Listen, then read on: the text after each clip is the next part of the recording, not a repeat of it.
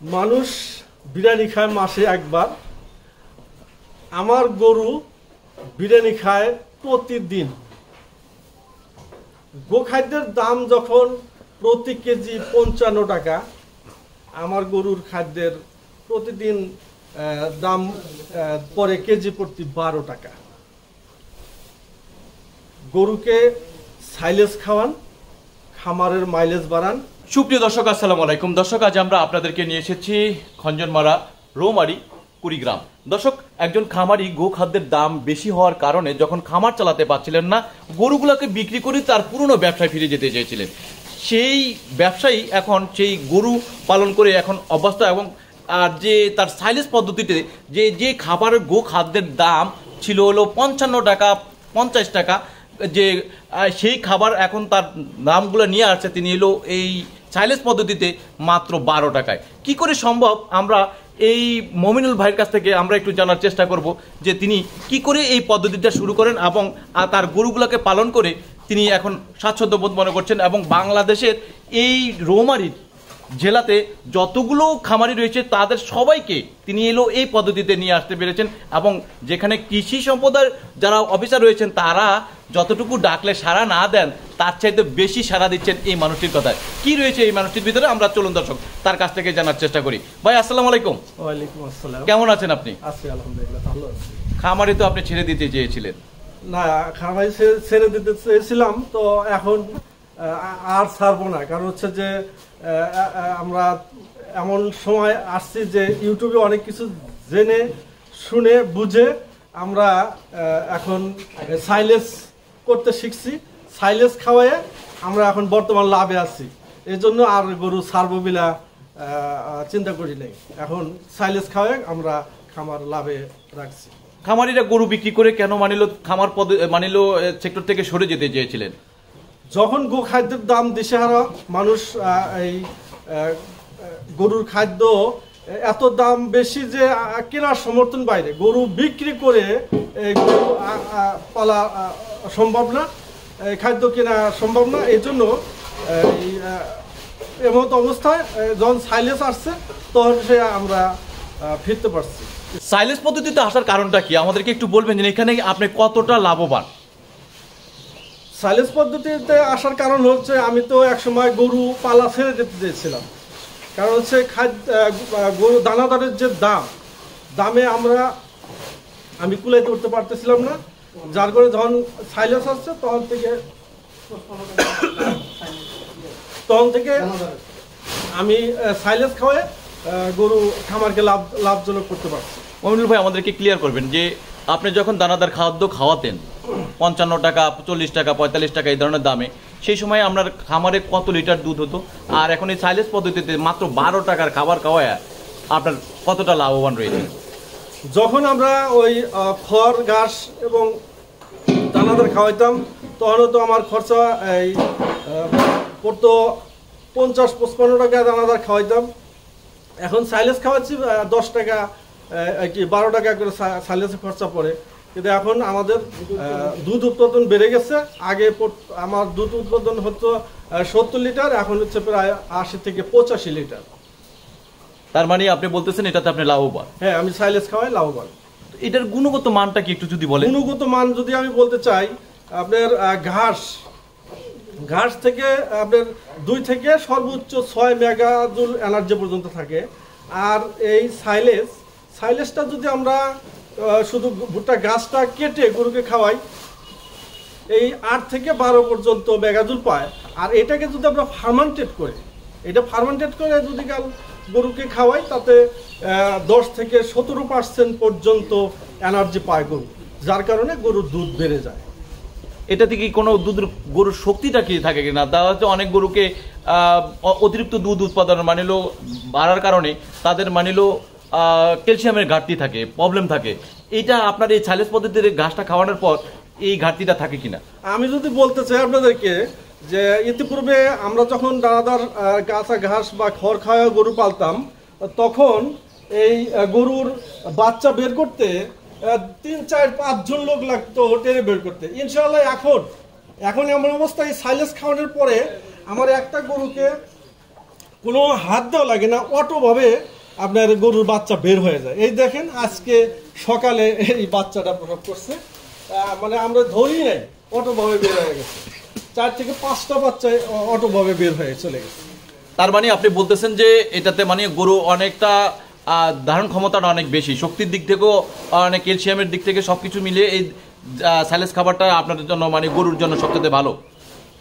অত্যন্ত এনার্জি এবং শক্তি এর মধ্যে আছে, এবং ভুট্টা গাছের মধ্যে তো আছেই, তারপরেও আমরা যখন সাইলেজ করি, সাইলেজের মধ্যে আমরা লাইমস্টোন দিয়ে থাকি। এই জন্য ওই লাইমস্টোন থেকে ক্যালসিয়াম বেড়ে যায়, তার কারণে আপনার পর্যাপ্ত পরিমাণ শক্তি এই গরুর থাকে, অটোভাবেই বাচ্চা হয়ে যায়। আমাদেরকে ক্লিয়ার করবেন যে আপনার এই যে গরুগুলো যে খাবারগুলো খাচ্ছে এখন সাধারণত আমরা যতটুকু জানি যে সবুজ ঘাস দিলে গরু সবচেয়ে বেশি ঘাসটা খায়, আর আপনার এই সাইলেজটা পেলে তারা কতটা মানে এলো খাওয়ার প্রতি আগ্রহ থাকে? আমি বলবো যে কাঁচা ঘাস যতটুকু খাবে, সাইলেজ তার চেয়ে 2 গুণ বেশি খাবে। কারণ হচ্ছে যে এটা কিছু চিটাগুড় দেওয়া থাকে, চিটাগুড়ের কারণে এমন একটা মজা হয় যে গরু, আমরা যেরকম বিরিয়ানি খাই যে মজা করে, গরু ওইরকম মনে করে যে গরুর বিরিয়ানি খাচ্ছে, এত মজা করে খায়। তার মানে আমরা সাধারণত মানুষ যারা আছি তারা কিন্তু বিরিয়ানি করলে হয়তো যে কোনো অকেশনে করা হয়, তো আপনার এই যে বিরিয়ানিটাকে মানে এলো গরুকে দিচ্ছেন, তারা তো আপনি প্রতিদিন এই বিরিয়ানিটা দিচ্ছেন। এই সাইলেজটা তো বিরিয়ানি, আপনি বলতেছেন এই সাইলেজটাই বিরিয়ানি গরুর জন্য। জি, তাহলে তো এটা প্রতিদিন আপনি এই বিরিয়ানিটা খাওয়াচ্ছেন? আমার গরু প্রতিদিন এই বিরিয়ানি খাচ্ছে, প্রতিদিন এই বিরিয়ানি খাচ্ছে। সেই সুবাদে এই বিরিয়ানি থেকে আপনি কতটা ক্যালসিয়াম মানে হলো, কতটা ভিটামিন পাচ্ছেন, আপনার আর্থিক দিক থেকে কতটা লাভবান হচ্ছেন? আর্থিক দিক দিয়ে হচ্ছে যে আগে এই দুধ বিক্রি করে তো আমি খামারের মানে খাদ্যই মেকআপ করতে পারতাম না। এখন গরুর দুধ বিক্রি করে গরু বাঁচতেছে, সাথে আমার ফ্যামিলিও বাঁচতেছে। আমরা যতটুকু জানি প্রতিটা খামারি এখন যার কাছে যায় ইন্টারভিউর জন্য, যে ভাই আর ইন্টারভিউ দিতে ভালো লাগে না, কি কারণে দিব বলেন? এই যে খামার ছেলে পালাতে হবে, এখন আপনারা ইন্টারভিউ নেবেন, আমি কখন পালাইছি সেই পালানোর খবরটা নেবেন, এছাড়া আমাদের কোনো উপায় থাকবে না। কিন্তু আপনি তার কথাটা বলতেছেন তার উল্টোটা, এর কারণটা কি?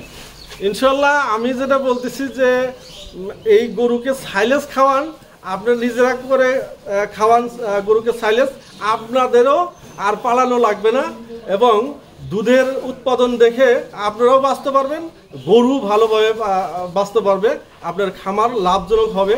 গরুকে সাইলেজ খাওয়ান, খামারের মাইলেজ বাড়ান। তার মানে সাইলেজটাকে আপনি এত বেশি প্রাধান্য দিচ্ছেন? জি, আমি জানি যে সারা বিশ্বে এই সাইলেজের উপরে কোনো খাদ্য নেই, শুধু বাংলাদেশেই আমরা পিছিয়ে আছি। আপনার ইন্ডিয়া, পাকিস্তান কম্পেয়ার করেন, দেন আমাদের বাংলাদেশ অনেক পিছিয়ে আছে।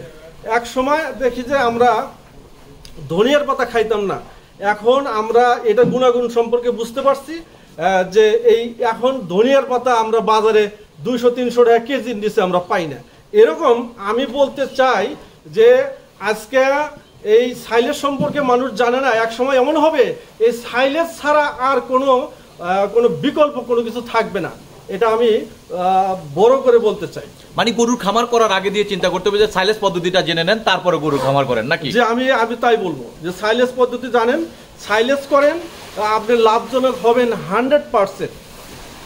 দর্শক, আমরা এই প্রতিবেদনটা করতে গিয়ে যে জিনিসটা আমরা জানতে পারলাম যে মমিনুল ইসলাম ভাই যে জিনিসটা বললেন যে তার গরুকে প্রতিদিন তিনি কিন্তু বিরিয়ানি খাওয়ান, আর তার সাইলেজ পদ্ধতি এতে আসার পর থেকে তিনি খামার ছেড়ে দেওয়ার চিন্তাটা বাদ দিয়ে এখন খামারের প্রতিদিন কিভাবে বাড়াবেন, ক্রমান্বয়ে বাড়াতে যাচ্ছেন, সেই বিষয়টা কিন্তু তার কাছ থেকে জানার চেষ্টা করতে জানতে পারলাম। এবং আমরা এই বিষয়টাও একটু জানা নেই যে সাইলেজ পদ্ধতি শুধু তার কাছ থেকে ক্রয়ই করবে নাকি তারা নিজেরাও তৈরি করতে পারবে, যদি সেই বিষয়টা একটু সম্পর্কে যদি বলেন। আমি আপনাদেরকে বারবার বলবো যে সাইলেজ নিজেরা করেন, এবং আপনার পাশে যারা খামারি আছে তাদেরকেও শিখান, এবং আমিও শিখি, নিজে আপনারাও শেখেন। সাইলেজ খাওয়াই, গরুর খামারের মাইলেজ বাড়াই।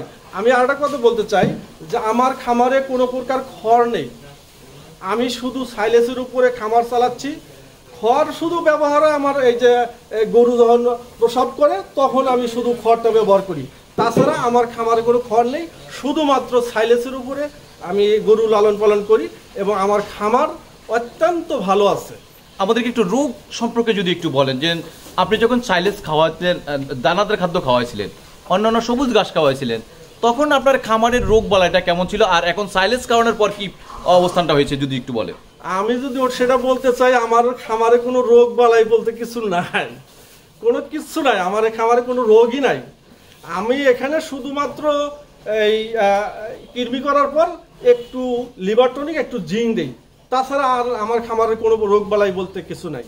আমার খামার এই শুধু সাইলেজের উপরেই ভালো আছে। ভ্যাকসিন দিতে হয় না? ভ্যাকসিন তো সেটা হলো সরকারি প্রাণী সম্পদ থেকে তারা 3 মাস পর পর এসে দিয়ে যায়।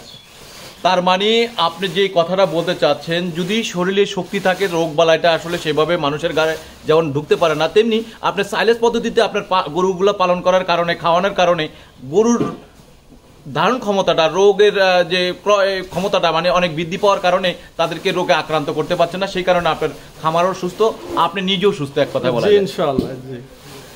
ধন্যবাদ। আপনি আমাদেরকে একটু বলবেন যে আপনার এই সাইলেজ পদ্ধতিটা যদি আপনার কাছ থেকে ক্রয় করতে চায়, যদি ঠিকানাটা, মোবাইল নাম্বারটা যদি একটু বলতে চান। আমার অনেক প্রবাসী ভাইয়েরা খামার করতে চায়, তাদের ক্ষেত নাই, সাইলেজ নাই, করার মতন সেই সুযোগ নাই, সবুজ ঘাস নাই, তাদের জন্য কি উপায় রয়েছে আপনার কাছ থেকে?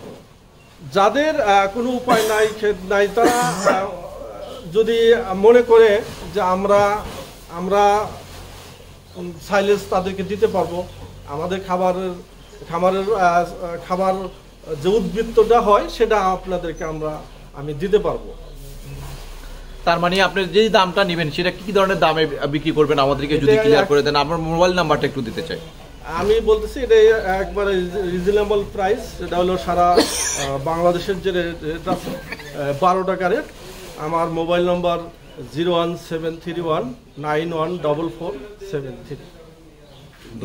ইমো হোয়াটসঅ্যাপ এটাই আমার ইমো হোয়াটসঅ্যাপ আরেকটা নাম্বার আছে যেটা আপনার না, আমরা একটা নাম্বারে দিই, কারণ যদি কোনো প্রয়োজন হয় তাহলে সেই ব্যক্তি তাকে ফোন করে, মানে কারণ ইমো বা হোয়াটসঅ্যাপের নাম্বারটা দিয়ে গেলে সাধারণত অসংখ্য মানুষ ফোন দিবে, যেটা হলো মমিনুল ভাই আপনি কাজ করার মতো সুযোগ পাবেন না, এত প্রবাসী এবং দেশের মানুষ আপনাকে ফোন করবে। জি ধন্যবাদ। আপনি কি আর দেশবাসীর জন্য কিছু বলতে চান কিনা? আমি সর্বোপরি সবাইকে, দেশবাসী সবাইকে ধন্যবাদ দিই এবং সবাইকে উদ্বুদ্ধ করি যে আপনারা সবাই গরুকে সাইলেজ খাওয়ান, খামারের মাইলেজ বাড়ান, নিজে বাঁচেন, দেশ বাঁচবে। সবাইকে ধন্যবাদ।